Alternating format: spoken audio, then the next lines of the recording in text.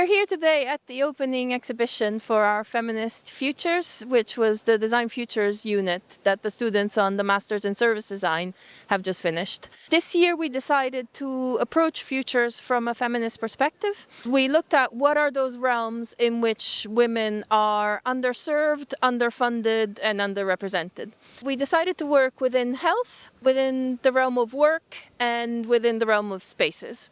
We looked at the experience of menopause as well as the ways women's health and women's bodies are valued in society as producing children as opposed to being valued for their own health and benefit. We then looked at the realm of work and looking at how care labor is not evenly distributed within society and how taking career breaks, for example, for maternity leave and coming back ends up penalizing women within the workplace. And we looked at spaces and particularly safety in spaces, and it's important that we were thinking of that from an LGBTQ plus inclusive standpoint. And we were looking at what does safety mean and who gets to decide what safety is and who should feel safe within certain environments. In order to tackle these briefs, what we've done is look at how can these problems be tackled, and rather than think about taking the problem from now, we have encouraged our students to project themselves into the next decade and consider the many ways in which these issues might have already been tackled in a plurality of futures. The Service Futures Lab at the London College of Communication allows us to run projects for the students that are very much grounded with real partners and real people working with real stakeholders within societies. The students were able to interact with and get feedback from the organizations that we partnered with. The project that we worked on for Design Futures was around the fact that what if menstrual health was everyone's problems and not just the woman's. Now, if you think about the world that we live in and the kind of lifestyle that we're going for right now, the pollution in your area has a very serious and a very visible impact on your hormones.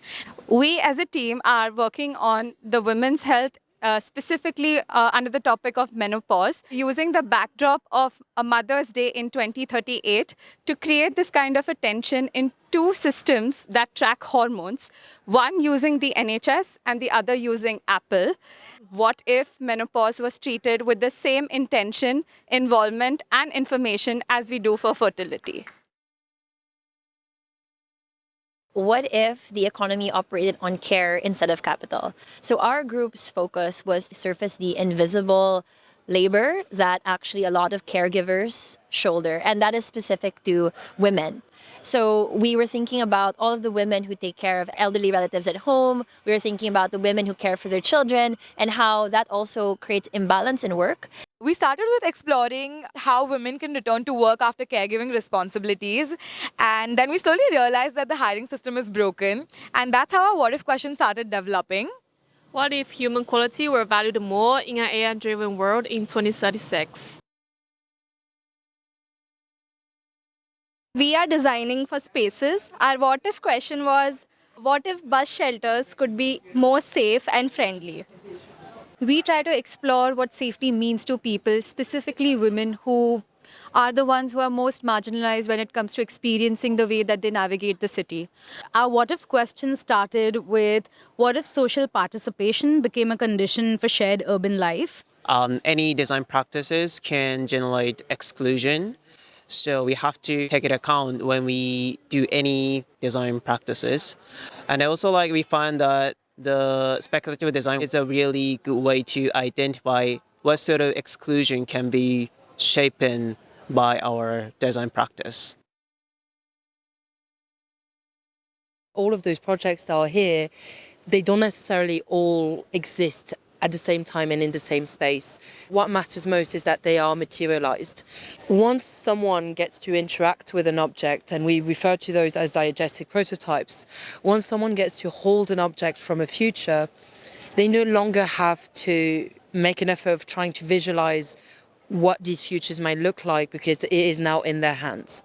What I thought was really interesting was how the groups took a very systemic approach to thinking about how these services might manifest in some different setting. So you might have a technological start point that affects labour conditions, that then leads to social interventions, that then leads to policy outputs, that then leads to cultural shifts, particularly for a subject around feminist futures, around elements of sexuality and gender and these things which are often not met well in contemporary society. Preferable future does not mean creating a perfect future or a perfect world, because it might be preferable for some but not the others. And it's more about recognizing those tensions instead of just trying to solve them all out. We understood that designing from a feminist lens isn't just designing for women. It in turn designs for every other gender there is, and it just helps everyone in an equal way.